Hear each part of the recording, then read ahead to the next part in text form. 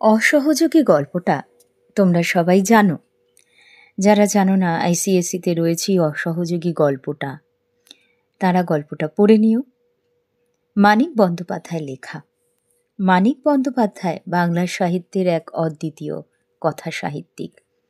ছোটবেলা থেকে তিনি ছিলেন অত্যন্ত জেদি।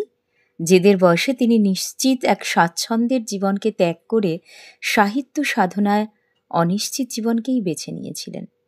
অসীম দুঃখ, দারিদ্র্যের সঙ্গে সংগ্রাম করে জীবন কাটিয়েছিলেন।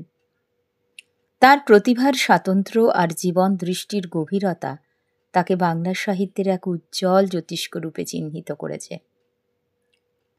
বাংলা সাহিত্য সাধনায় তার অনন্য উল্লেখযোগ্য অবদান রয়েছে। অসহযোগী গল্পটা 1946 খ্রিস্টাব্দে ছোটদের বার্ষিক সংকলন সপ্তডিঙা পত্রিকায় প্রথম প্রকাশিত হয়। বর্তমানে গল্পটি লেখকের গল্পগ্রন্থ লাজুকলতার অন্তর্গত হয়েছে। আজকে এই অসহযোগী গল্পটারই একটা প্রশ্ন উত্তর পর্ব নিয়ে তোমাদের সঙ্গে আলোচনা করি।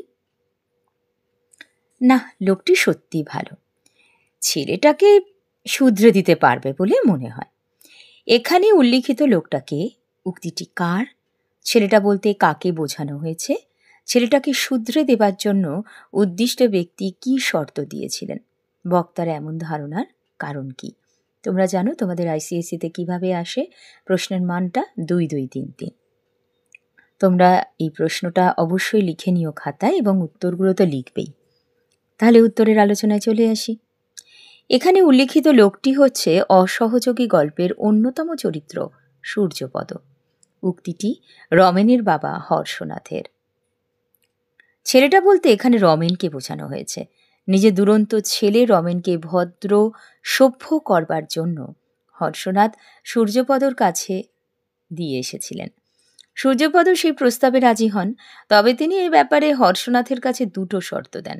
প্রথমটা হচ্ছে 1 বছরের মধ্যে রমেনকে তার বাবার কাছে ধনেশগঞ্জে নিয়ে যাওয়া চলবে না, আর দ্বিতীয়টা হচ্ছে সোজাসুজি রমেনের নামে টাকা পাঠানো চলবে না।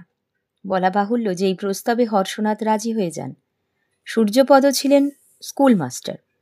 তার কাছে হর্ষনাথের ছেলে রমেনকে মানুষ করবার জন্য দিতে এসেছিল, এবং খরচা বাবদ 50 টাকা দিলে সূর্যপদ 25 টাকা ফেরত দিবে বলে তার ছেলের জন্য ওর চেয়ে বেশি খরচ লাগাবে না বলেছিল।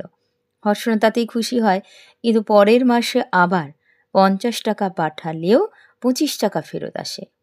এই দুটি ঘটনায় হর্ষনাথ খুশি হয়ে সূর্যপদকে ভালো বলে ঘোষণা করে। আজকের আলোচনা পর্ব এটাই থাকলো। আবার চলে আসবো আরও কোনো পর্বে, আরও কোনো আলোচনা নিয়ে। তোমরা খুব ভালো থেকো। ধন্যবাদ।